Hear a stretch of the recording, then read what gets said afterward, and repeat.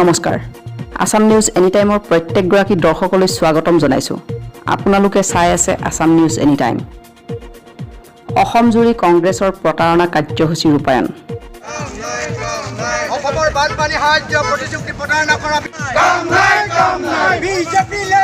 চাইছে পুটি গোবে অৰ্গ হিমন্ত কাম নাই বিজেপি লে চাইছে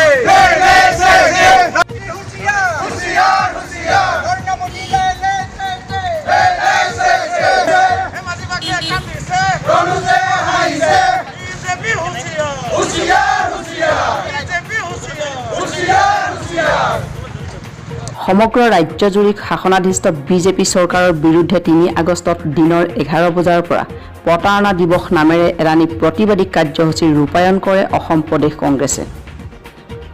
ৰাজ্যৰ বিভিন্ন প্ৰান্তৰ লগতে ধেমাজি জিলাৰ গোগামুখৰ অস্থায়ী কাৰ্যালয়তো প্ৰতাৰণা দিৱস কাৰ্যসূচী ৰূপায়ণ কৰে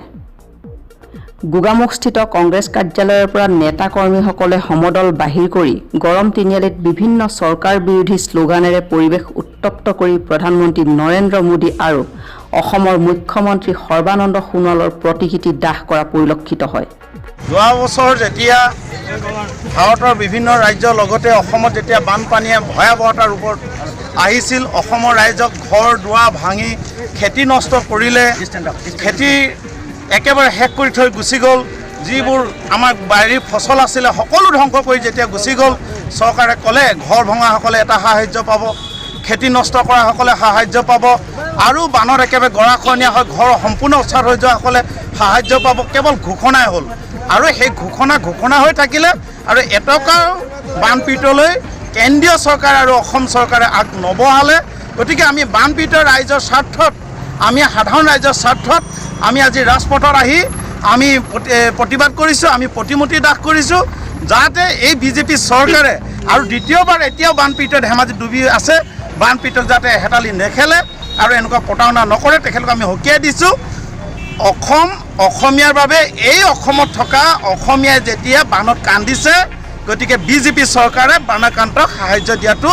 উচিত আৰু দিব লাগিব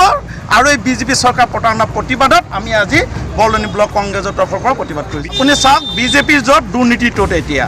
আপুনি যিমানে দুৰ্নীতিকাৰী পাব সেইসকলে চব আজি বিজেপিত গৈছে বিজেপি একো দুৰ্নীতিত সফল হোৱা নাই বিজেপিয়ে দুৰ্নীতি কৰিছে